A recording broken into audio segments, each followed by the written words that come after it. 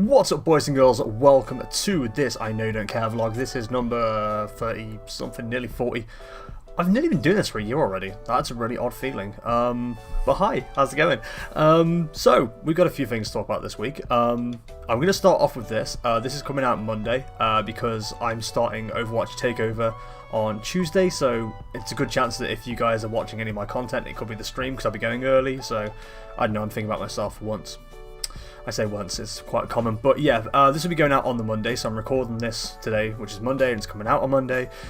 Tuesday, I'll be starting streaming Overwatch, because I have early access to the beta, finally. I say early access to the beta, I've got early access to open beta, not closed beta, because Blizzard doesn't like me. So yeah, I'll be streaming Tuesday, Wednesday, Friday, Saturday, Sunday, Monday, and I think the following Tuesday? Oh, it ends on the Monday, so I'm not sure what time that ends, but might do the usual CSGO, I'm not sure. So during this week, won't be doing too much else other than Overwatch. So if you guys don't want to watch me play Overwatch, I'm not going to be mad at you. It's not going to surprise me in the least, but because it's going to be my only time to get used to the characters and the classes before the game actually comes out on the 24th, I'm going to be streaming it a lot. Like, I'll be doing 3-4 hours every night. I might do a lot of Saturday and a lot of Sunday as well. I'm not 100% on that yet, but I basically want time to get used to all the classes and try out all the maps and things. So, yeah, it's all I'm going to stream for a bit. So, but when it does come out on the 24th, I'll be streaming it on the following day, which will be Wednesday. I'll be streaming it on Tuesday as well, but I'll be streaming it for definite on the Wednesday because I'm booking the day off work, so I'm going to get a load of playtime in, basically.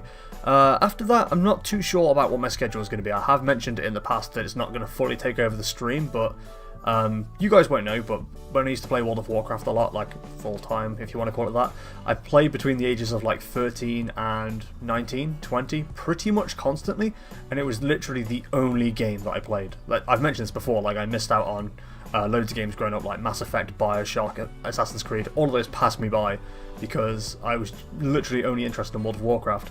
And there's a chance Overwatch might become similar to that, and obviously I don't expect you guys to stick around if it's just me playing Overwatch and you don't watch me just for personality reasons, you watch me for the game I'm playing. That's fine, that's up to you guys, but I'll try and make it so I'm not streaming Overwatch every stream. But it probably will be maybe half of every stream, if you get what I mean. So it might be an audience game, an Overwatch, or CSGO on a Monday, then Overwatch. We'll see how it goes, basically, because for all we know, I might lose interest in Overwatch within a month. I might find out I'm terrible at it and not enjoy it, but hey-ho, we'll see-o. Also this week, I hit 2 million views on one of my videos on Insanity Game UK, which was a very bittersweet moment for me, because, I don't know, it's an amazing milestone to hit, don't get me wrong, and I'm massively thankful to everybody who's helped me reach that, but at the same time, I hit 2 million views on a video I wouldn't say not proud of, but it's on two games that it was a bit easy, weirdly, to get views, which I never thought it would be, but it was Minecraft and Five Nights at Freddy's, and if any two games back then were going to hit the mark, it was going to be Five Nights at Freddy's and Minecraft, so, and they still do quite a lot, which is odd because there's not been a new game for a while and things, but you know, whatever. It's yeah, I hit 2 million views, and it would have been nice to hit that landmark or milestone first on a video that I was actually proud of still. Like, obviously it's a year later this video came out and I've hit that mark, but hey, hopefully it's like, you know, the first of many that hit a ridiculous mark like that, because as you guys know, I do, as well as streaming on Jester Insanity, I do put out a lot of videos on Insanity Game UK, and on average, views are increasing, but it's still slowly, you know, struggling a little bit. So if you guys have any friends that like watching YouTube videos and things, especially the co-op ones that I do and the group ones with the boys, tell a friend, because, you know, any publicity is good publicity at this stage. And, you know, it's, as much as I enjoy streaming on Jester Insanity, I do enjoy, like, making edited videos and stuff and putting effort into those videos as well, so it'd be nice for people to see those videos as well. So if you guys have time, check them out. Oh, and this week, first highlight compilation comes out. So as I got you guys to do for me, mostly Quoty, I think, if anybody, every time you want to see something highlighted in chat, exclamation mark highlight in chat, and that will leave me a little marker on Twitch chat. Basically spent must have been 4 or 5 hours Sunday morning going through about 30 hours of streams, which is ridiculous. Literally just scanning through, looking out for these highlight prompts on the chat. It was ridiculous, but I got all that done. set some funky music to it. So yeah, that's coming out on Thursday this week, so hopefully you guys enjoy that. Like I said in the video, if you got any feedback for me, let me know in the comments, because it'd be nice to know what you guys think of it firsthand. And you know, I made it for you guys, so it'd be interesting to know what you guys think, and that'll be out on the Jester Insanity YouTube channel. Also, as you can see, the room is slowly coming together a bit better. So as you know, I've moved my room around fairly recently, but now we have the lovely desk panel there. Look at that, all fancy and shiny. So basically at the end there you can see the chair. That's basically a spare desk now for anybody who comes over and has a laptop kind of thing. They can just chill over there. But what's going back here, which you won't see because there'll be like a huge panel going up here soon, that's where my pop figures are going to be. Once I do that, I might change the I Know You Don't Care recording setup. So at the moment, obviously, you can see me this way. What might happen is I'm going to have the camera there and facing this way, so you guys can see all the stuff that's going on back here. I know it might be interesting to have like more of an interesting back. I mean, Alfie's interesting enough with his weird little climbing around the cage thing going on. Hey buddy, you okay? Yeah, he bit me on the face yesterday. I'm going to put that photo in chat in a bit. If you guys can see it. There and there. It's not really that obvious right now, and it doesn't look like much, but holy crap, it hurt. It was like having a vice clamp in on your hat on your face, but like obviously one bit's really sharp and broke the skin. It was nasty, but I'll put the photo on the video in a bit. But yeah, that's all coming together, which has been great fun. One more thing I'm going to mention to do with actually both YouTube channels that I've got. Starting to do a bit more series-wise, so rather than just Let's Plays like we do at the moment, looking at doing review series before long. I've been talking to an indie dev quite recently, and hopefully going to have a copy of their game coming fairly soon, so I can do a review on that, and hopefully do tournaments and stream as well with giveaways and things. It's all like possibility things at the moment, but that's what I've been in email talks with at the moment. And yeah, there's going to be another series or two that are kind of Let's Play, kind of review. It's going to be weird. I've got to record the pilot yet. I was planning on doing that this afternoon, but I don't know if I'm going to have time to now. We'll find out soon, but yeah, hopefully that'll be coming soon. Okay, the last thing I want to talk about is Captain America Civil War. Watched that on Friday with Dean, and you know what? I'm going to grab him. Be right back. Look, everybody, it's Dean! Hey. So, yeah, like I said, we saw Civil War on Friday, and we didn't really know what to think, did we? Oh, like you said earlier, it was a good spectacle. Yeah. I thought, well, the action scenes in it were really good and stuff, but what I thought was lacking was the story. Kind of feel like there was much point to it, and they were making out that it was going to change the cinematic universe when are we allowed to do spoilers? Okay, so we'll put okay, so this is a warning. We'll put a spoiler warning on the screen. So if you need to mute it now, I'll give you a countdown in a second. When we're done spoiling the movie, the thing will disappear, but we'll give you a 3, 2, 1 spoilers. I thought there was going to be more consequences to what happens during the film. Yeah. So to put a shorter version of it, obviously Civil War things happen. A whole explosion thing happens where it shouldn't have killed innocents. Basically 4 major plot points were brought up in the Avengers universe. Obviously New York, Sokovia. This one was Wakanda and Washington as well. Yeah. But Wakanda was the last one. Oh, it was outside of Wakanda. Sorry. And after that, I put in the Sokovia Accords. Is it? Sokovia Accords. Yeah, which basically means anyone who has superpowers, any enhanced humans, they have to register. And obviously, Cap's side doesn't agree with it. Iron Man's does, because it was a nice middle ground for him getting on with Pepper still, because he wasn't supposed to be Iron Man. But yeah, so obviously Captain America goes rogue, and it introduces 2 new characters. So, Dean, do you want to talk about those 2 new characters? 2 new characters are the best bits about the film. So yeah, this movie was literally... We'll talk about the characters real quick in a second, but basically what this movie felt like was literally launching these 2 characters into the Marvel Cinematic Universe, didn't it? It didn't really feel like a proper story. They did a good job of it. Like, oh yeah, definitely. They're easily my 2 favourite characters in the film, during the film. Which shouldn't be the case, should it? Because it's a Captain America movie. Yeah. Which also brings in the fact that it didn't feel like a Captain America film. It felt like, if anything, it was an Iron Man film. Yeah. because the story, if you guys haven't seen it yet, was literally focused on Captain America and Iron Man. Oh yeah. But because Captain America was painted as the bad guy, it was more, you sided with Tony Stark, you sided with Iron Man, so it was more, you were more like inclined to think it was his kind of movie. Because like we talked about in the card, didn't we? Whenever you watch a movie, no matter how prominently featured the bad guy is, you never go, oh, it's the bad guy's movie. Yeah. It's always the good guy's movie. So it felt very much like that. So Spider-Man and Black Panther. I love Black Panther. I thought it was really good. I don't really know too much about Black Panther though. No, we had a read about it, didn't we? Yeah.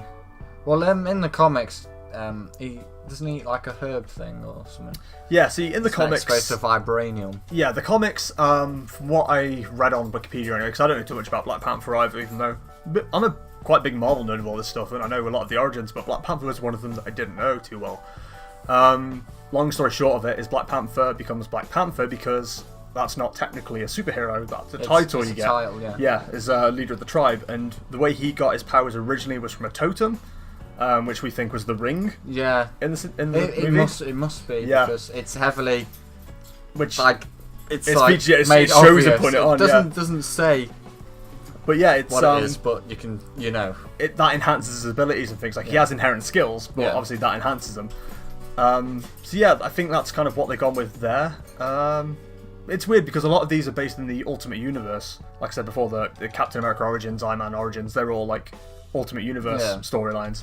And I don't know how they've done it with Black Panther. I don't know if Black Panther's even in the Ultimate Universe. I imagine he is, but I don't know what his origin is in that. So I just think he's cool. He was really cool. I thought he was a really cool character, and like I loved his suit and stuff. Yeah.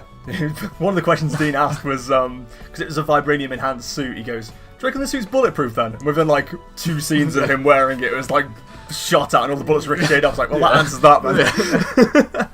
But then the other character was Spider-Man, and as someone who's like followed all the movies and stuff and knows the comics and the humour behind him, did a fantastic job. I felt like within 5 minutes they'd already done the character.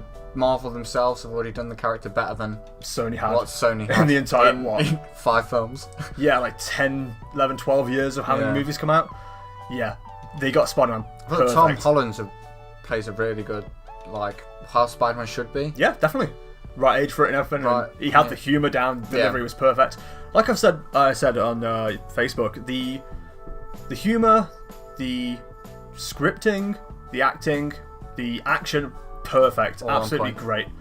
But the actual story itself, it didn't feel like a proper story as like most of the Marvel movies have been. It felt like literally, this has never happened before in my mind anyway. It felt like just setting up for Phase 3 of the Marvel movies, whereas none of the others ever felt like that. I said, first thing I said to you was, so what did you think? And you said, oh, what was it you said? I literally went back and went, I'm just trying to work out the point of this movie. Yeah. It's like, all it felt like to me after saying that was it was just introducing Black Panther and Spider-Man as badasses. Yeah. They threw in a couple of curveballs, like Bucky killing... Spoilers. Yeah, still spoilers, don't worry, the warning will still be up. Like Bucky killing Iron Man's parents, that was randomly thrown in for some reason, even though I'm pretty sure it's not in the comics. I felt like at the end that was thrown in just to start another fight. Yeah, just to cause the fight scene between Captain America and Iron Man. And yeah, I love what you said as well. It's like you were disappointed nobody died. I was disappointed someone didn't die. Yeah, I can't remember who told me. I thought it was you. Maybe it wasn't. I think I may have read it as a report that there were supposed to be 3 people that died in the movie, and it looked like War Machine was going to be one of them. But everybody made it. But I just felt like they were just too safe, maybe. Yeah. Because in the comics, Captain America dies, doesn't he? Yeah, Civil War comics. And I Captain fully America expected him to die. Yeah, I was kind of hoping so. The way that last fight scene was going between Iron Man and Captain America, if he hadn't been stopped, Iron Man was going to kill him. Yeah, definitely. No, overall, it felt like for them saying that it would change the Marvel Cinematic Universe. Yeah. I don't think, other than obviously the Accords, signing the Accords and stuff, I don't think the consequences were too dire. No, and I think I mentioned this to you again, it's like a case of all it looks like, because at the end, Captain America sends Tony Stark a phone, and he's like, to cut a long story short, if you ever need us, you know where we are. And it's like, all they've done is what they did in the comics, where they separated the Avengers from the new Avengers. They're still all going to fight together in the Infinity Wars. There's supposed to be up to around 60 bloody superheroes in that. And they're all still going to combine. Are they going to do powers, that? But we did the maths, didn't we? And how much money would that cost? Yeah, we got to about 20, I think.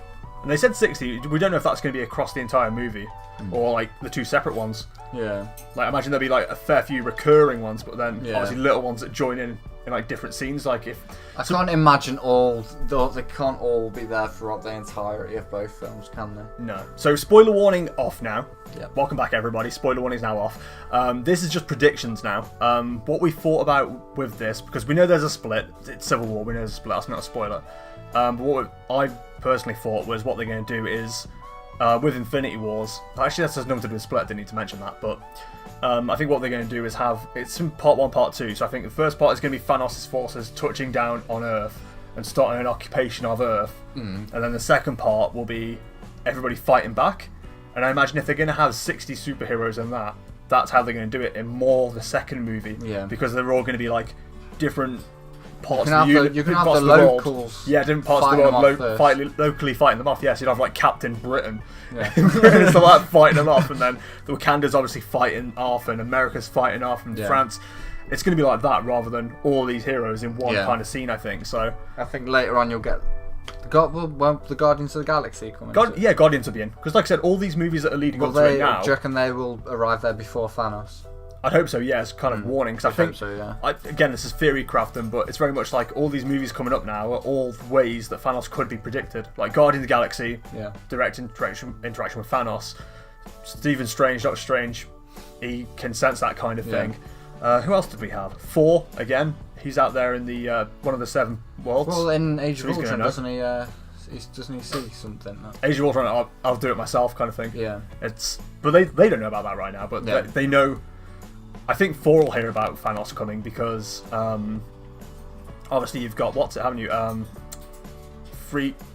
One of the things is on Asgard still, I think, one of the Infinity Gems. Yeah. And then the Collector has 2 or 3 of them, I think. I think that's right. I'm not 100% on that now, but I don't know. It's all theory crafting right now, but yeah, Civil War was crap story-wise, great everywhere else. Yeah, everything but the story was brilliant. It's like I felt like.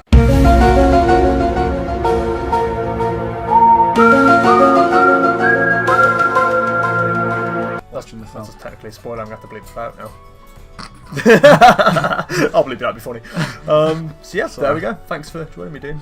Oh, you're welcome. Nice having you on the panel. Yeah, that's alright. Bye, Dean. Bye. So yeah, that was our expert analysis of Civil War. Hope you guys enjoyed it. So yeah, I think that's everything for this week. That was a hell of a long vlog. I'm going to have to 2-part it like Infinity was at this rate. Thanks for watching as always, guys. Hope you enjoyed this vlog. If you did, let me know in the comments and leave me a like, so apparently it helps out on the old YouTubes. Thanks for watching, guys, and I'll see you in the next one. See ya. It's been a year, boys and girls. A year of YouTube / streaming for Jester Insanity / IKYDC Jester. So yeah, thanks so much.